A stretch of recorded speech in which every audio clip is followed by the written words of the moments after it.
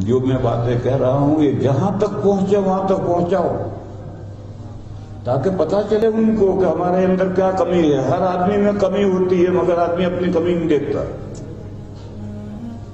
دوسری بہت بڑی کمی یہ ہے، جب حضرت مولانا الیاس صاحب رحمۃ اللہ علیہ نے یہ تبلیغ کا کام شروع کیا تو 6 نمبر یعنی 6 باتیں انہوں نے تجویز کی تھی کہ جماعتوں کو یہ ان 6 باتیں سکھلاؤ، 40 دن کے اندر یہ 6 باتیں سکھلاؤ۔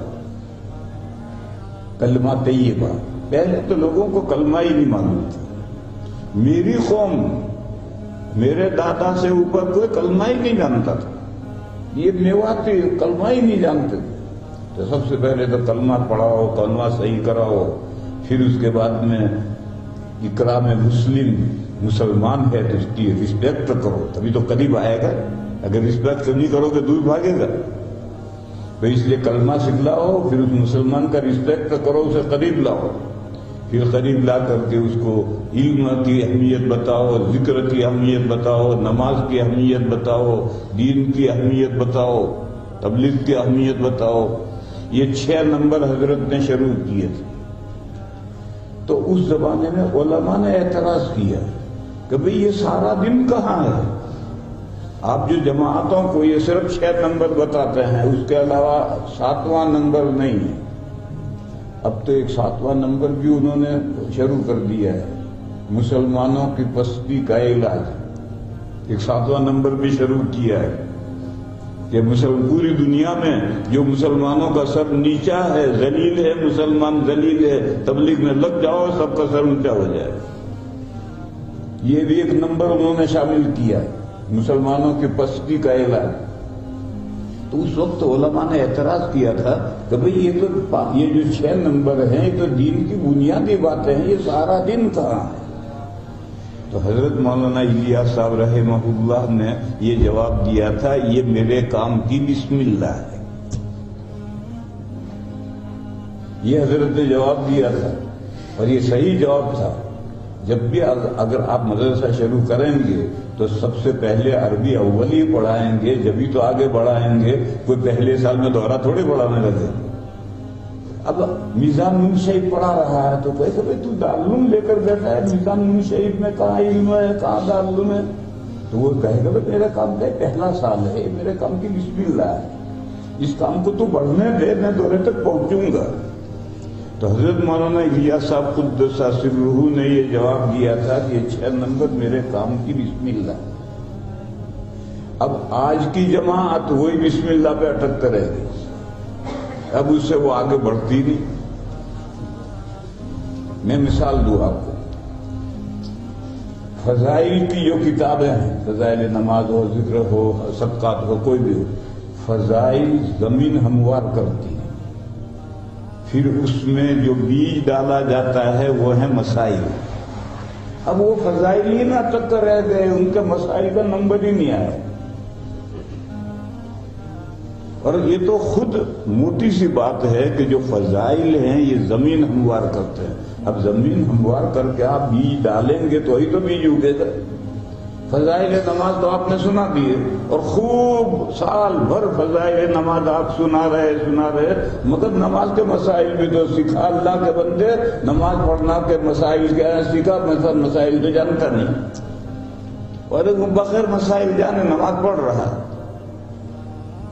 جو نئے جماعت میں لگتے ہیں ان کی بات کہتا ہوں، پرانے تو اللہ کے فضل سے بہت کچھ جان لیتے ہیں، لیکن جو نئے لگتے ہیں وہ نماز کے فضائل تو انہوں نے بہت سنے مگر نماز کے مسائل تو جانتے ہی نہیں، اور وہ نماز کے مسائل بتاتے بھی نہیں۔ اور امیر کو بھی ممانے تھے کہ مسائل مت بتاؤ، مسائل مفتی صاحب سے جا کر پوچھیں۔ کہاں وہ ہل کھیت میں ہل چلا رہا ہے، وہ ہل چلاتا دارالعلوم میں مفتی صاحب سے کہاں مسئلے پوچھنے جائے گا؟ ارے یہ جو نماز سکھا رہا ہے اسی سے مسئلہ پوچھے گا۔ تو ٹھیک ہے باریک مسئلے مت بتاؤ، لیکن موٹے مسئلے تو بتاؤ۔ بس وہ فضائل ہی میں آج تک ہیں، 100 سال ہو گئے ہیں، آج تک فضائل میں ہیں، آگے مسائل میں جاتی،